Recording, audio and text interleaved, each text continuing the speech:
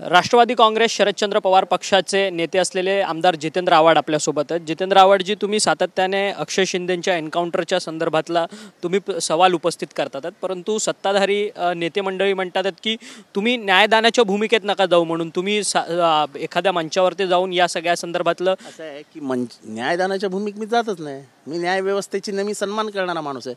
तुम्ही हे out of court justice करण्याच्या भूमिकेचं समर्थन करू नका। Justice should be not only be done, it has to be shown to be done. हे नुसता झाला असं नाही, तो दिसला पाहिजे, झालेला न्याय झालेला दिसला पाहिजे। एवढी कशाला घाई करायची ना न्याय देण्याची? तुम्ही न्याय करते नाही ना। संविधानाने कोर्ट निर्माण केला आहे, सुप्रीम कोर्ट, हायकोर्ट, खाली JMFC, हे सगळे कोर्ट कशाला निर्माण केलेत? आणि ह्याच्यात आत्ता पोपटासारखं कोणी बोलायला लागलेली आपल्याला आठवत असेल तर मी पहिल्या दिवसापासून बोलतोय, कारण का हा एन्काउंटर जिथे झाला तिथे 4 पोरं उभी होती आणि त्यांनी हे सगळं ऐकल्यानंतर फोन केले इथे तिथे। त्याचे ऑडिओ क्लिप मी काही टीव्हीच्या माझ्या मित्रांना दिले होते। त्याचा ऑडिओ क्लिप आजही माझ्या ट्विटर हँडलवर आहे।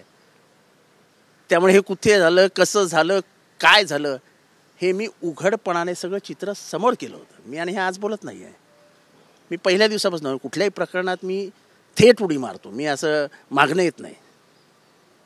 त्याच्यामुळे मला सल्ला देण्याचं काम कोणी करू नये, त्यांनी त्यांचं बघावं, मी माझं बघतो।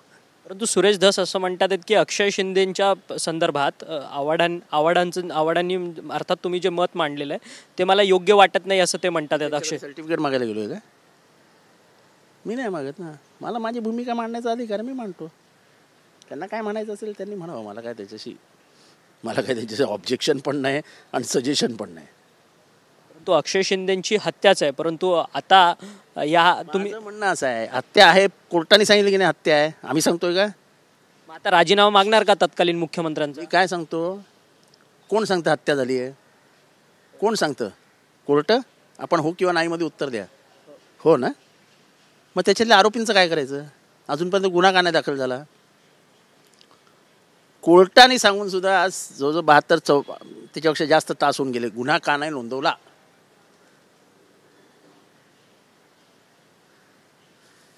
छावा चित्रपट येतोय आता, एक नवीन वाद निर्माण झाला आहे। छावा चित्रपटामध्ये संभाजी महाराजांच्या भूमिकेत विकी कौशल आहे।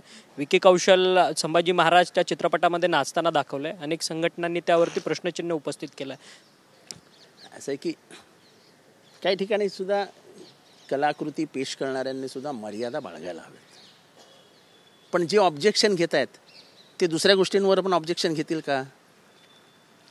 कादंबऱ्या वाचा, पुस्तकं वाचा आणि संभाजी महाराजांची इथल्या मनुवादी विचारांच्या माणसांनी किती बदनामी केली आहे।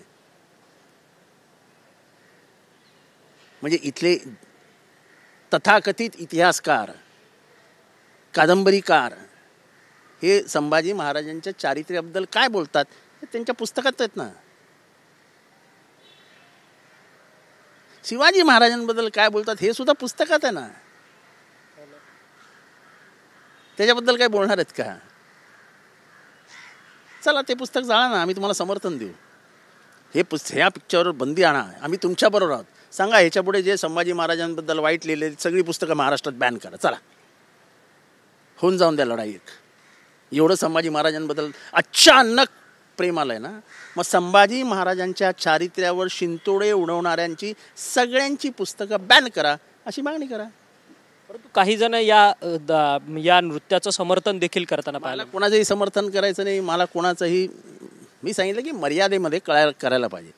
मी कोणाचंही समर्थन करायला इथे उभा नाही, पण मला जे असे अचानक येतात ना बॅन करा आणि असं करा, त्यांना मला विचारायचं आहे की तुमचा ज्याच्याशी संबंध आहे त्यांच्याकडनं संभाजी महाराजांबद्दल काय काय लिहिलं गेलं जरा वाचा आणि सांगा की हे पुस्तक बॅन करा।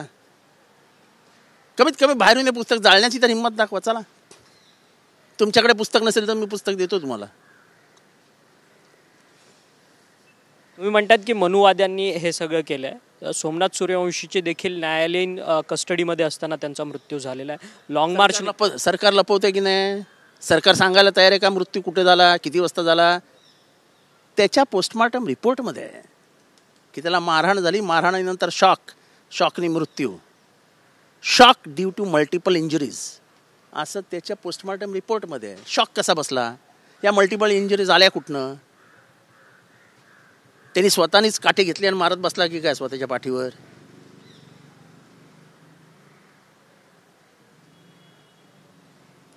तुम्ही आणि सुरेश धस सातत्यानं एका मंचावरती होत होता सगळ्या आंदोलनाच्या पार्श्वभूमीवरती, कारण की स्वर्गीय संतोष देशमुखांना न्याय मिळणं असू द्या किंवा सोमनाथ सूर्यवंशीचं असू द्या, कारण की दोघांचेही आता या न्याय प्रक्रियेमध्ये दोघांची आंदोलनं एकत्रित विरोधकांची होताना पाहायला मिळतात.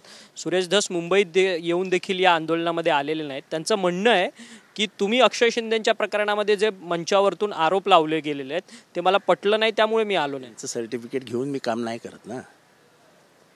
सुरेश धस त्यांना महाराष्ट्राची म्हणजे मला त्यांच्याबद्दल काय बोलायचं नाही आहे, पण मी माझं मत मांडत असतो आणि माझं मत हे माझं मत असतं. मी सोर्सेस थ्रू मतं नाही मांडत. मी माझे इन्फॉर्मेशनवर जगत असतो. मला कुठली शासकीय यंत्रणा मदत करत नसते. मला पेपर्स कुठनं येत नाहीत. मी माझ्या जाळ्यामार्फत पेपर्स मिळवतो आणि मग काम करतो. तेव्हा त्यांना जे वाटतं त्यांना लखलाभ, मला जे वाटतं मला लखलाभ. धन्यवाद, तुम्ही आमच्याशी बातचीत केली. खरं तर सोमनाथ सूर्यवंशींची हत्या जी आहे ती न्यायालयीन कस्टडीमध्ये झालेली आहे आणि या सगळ्या संदर्भात जी आहे ती सरकारने सातत्याने जी लवकरात लवकर कारवाई करावी. मला सुरेश धसांच्या सर्टिफिकेटची गरज नाही, मी माझ्या माहितीच्या आधारावरती बोलतो असं थेट मत जे आहे ते जितेंद्र आव्हाड यांनी आपल्याशी बोलताना व्यक्त केलं. व्हिडिओ जर्नलिस्ट मोहन दुबेसह अक्षय मंकणी, TV9 मराठी, मुंबई.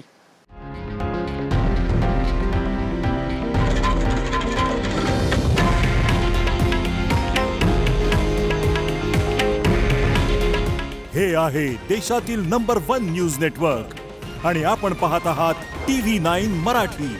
काळजी तुमची, हित महाराष्ट्राचं.